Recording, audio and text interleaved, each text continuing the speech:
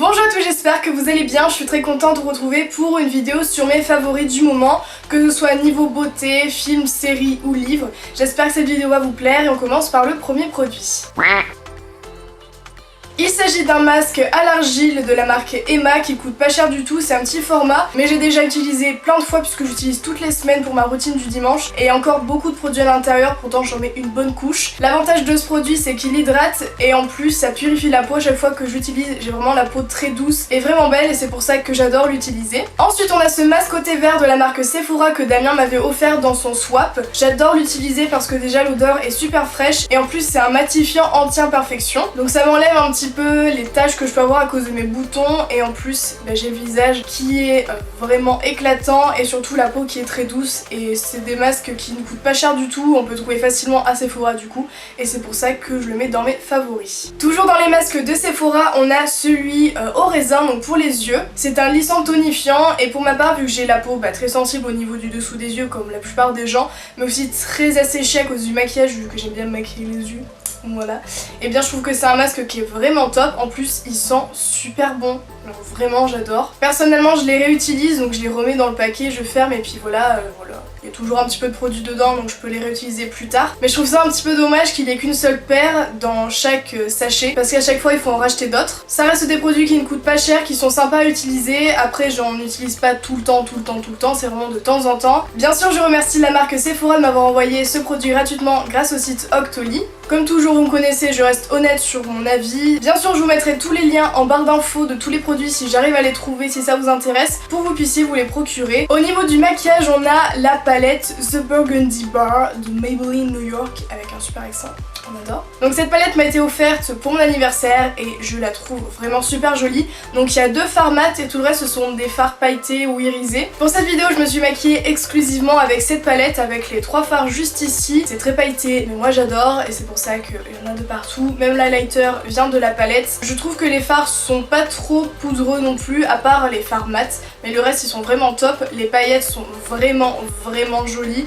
Surtout qu'avec une seule application on peut avoir une très bonne couvrance et ils sont faciles à estomper, ils sont vraiment très sympas, les couleurs sont très variées par rapport à la palette. En plus j'avais déjà cassé un fard et j'ai réussi à le réparer sans problème, donc franchement je l'adore et en plus c'est une marque qu'on peut trouver facilement au Leclerc dans toutes les grandes surfaces et je crois que la palette est pas trop chère donc ça reste abordable pour tout le monde et franchement je l'adore et c'est pour ça que j'utilise très souvent et je suis vraiment ravie de l'avoir eu pour mon anniversaire grâce à mes copines. Au niveau soin des ongles on a cette huile cuticule Peau d'Herbe, donc c'est une marque suisse 100% naturelle. Ce sont donc des produits qui sont fabriqués à base de plantes bio. La marque m'a donc contactée pour me proposer de recevoir l'un de leurs produits et de le tester et l'avantage c'est qu'il existe une gamme de plusieurs huiles différentes. Donc par exemple si vous avez les ongles secs, striés, cassants et dédoublés, l'huile sérum nourrissante c'est celle-ci, celle que j'ai est faite pour vous.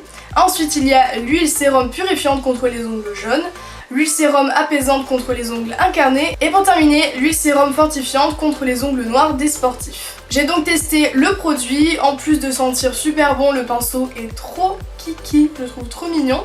Donc on applique l'huile sur les ongles et sur les cuticules, on masse un petit peu, on laisse reposer. Ça s'utilise comme une huile totalement classique. J'ai vraiment vu des résultats hyper rapidement, j'avais déjà les peaux beaucoup moins sèches, sachant que voilà avec l'été j'avais les cuticules très sèches. Pareil pour mes ongles, beaucoup moins de casse et je touche du bois pour pas m'en casser d'autres. C'est pour ça que je vous parle de ce produit, c'est parce que j'ai pu le tester et je vous le conseille vraiment. Pas parce que je l'ai reçu mais vraiment parce que je le trouve top. En plus, chaque huile peut s'adapter à votre type d'ongle et à votre type de problème que vous pouvez rencontrer. Et à chaque fois, vous êtes très nombreux dans les commentaires à me demander quel type de produit j'utilise ou que je conseille pour les ongles. Et donc, eh bien, je peux vous conseiller ce produit de la marque Peau d'Herbe. Au niveau des séries, j'en ai deux à vous présenter. Tout d'abord The Good Doctor qui est une série médicale et j'adore les séries médicales. En plus l'acteur principal qui est Freddie Highmore, je sais pas si je l'ai dit correctement, est un acteur que j'adore puisqu'il joue déjà dans Bates Motel qui est une série, c'est toute ma vie. Et je trouve qu'il joue vraiment bien. Donc le petit synopsis c'est en fait Sean Murty, donc Freddie, qui joue un autiste qui est chirurgien et donc qui va intégrer un hôpital et on va le suivre dans sa carrière médicale on va dire, dans toutes ses opérations, mais aussi dans sa vie personnelle où il a du mal à s'intégrer vu qu'il est atteint d'autisme. Je trouve que c'est une série qui est vraiment très intéressante puisqu'on se rend vraiment compte de la vie de chacun. En plus on a des parallèles entre la vie de tous les personnages et des problèmes qu'ils peuvent rencontrer. Et en plus c'est une série très émouvante parce que la vie de Sean est semée d'embûches et est vraiment super compliquée et voilà, j'ai beaucoup pleuré devant cette série. Ensuite on a Insatiable qui est une série vraiment what the fuck, mais c'est pire en pire, je sais pas si vous l'avez regardé, d'ailleurs dites-le moi dans les commentaires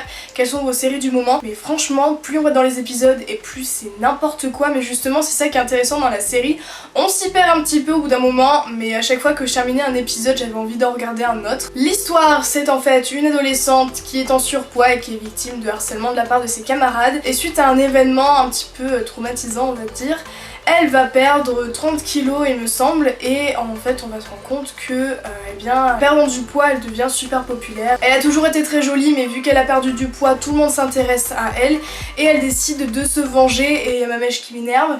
Elle décide de se venger en participant à des concours de beauté grâce à un coach qui est complètement barré aussi. Et du coup on va la suivre dans cette ascension pour essayer de voir si elle va remporter le concours ou pas. Mais on va dire que son parcours est semé d'embûches. Mais on va dire que son parcours est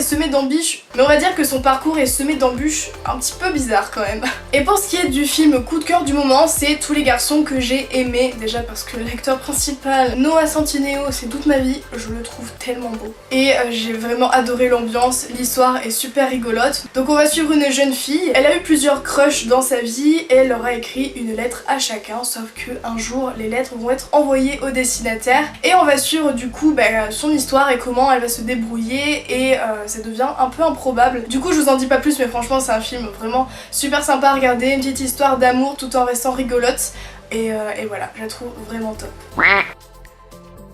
Et au niveau du livre, on a le livre de la chaîne Mamie Twink, donc les explorations nocturnes. J'adore tellement les explorations, tout ce qui est urbex. Et l'avantage de cette chaîne là, c'est qu'en plus ils font toujours un point sur l'histoire du lieu et je trouve ça tellement intéressant. Du coup dès qu'ils ont sorti le livre, je voulais vraiment l'acheter. J'ai quelques livres de youtubeurs mais celui-là c'était celui qui m'intéressait le plus parce que en fait c'est un résumé des explorations qui les ont plus marquées et que j'ai déjà toutes vues en vidéo. C'est super bien écrit, c'est très bien détaillé et les photos sont tellement magnifiques. Franchement c'est un livre d'une qualité mais tellement ouf. Si vous avez l'occasion de le feuilleter en librairie, regardez-moi ça, il est tellement beau. Si vous êtes fan d'exploration nocturne, que vous aimez beaucoup la chaîne ou même que vous n'avez jamais regardé leurs vidéos, je vous invite à aller voir tout ça sur leur chaîne et peut-être à vous procurer le livre parce qu'il est vraiment top. Et voilà, c'est un gros coup de cœur de cet été. Et voilà, j'espère vraiment que cette vidéo sur mes favoris du moment vous a plu. Si vous avez des favoris à me conseiller ou des séries à me proposer, des films, etc., n'hésitez pas à me les dire dans les commentaires, ça m'intéresse toujours. Quant à moi, je vous retrouve très bientôt, je l'espère, dans une nouvelle vidéo et je vous fais plein de gros bisous.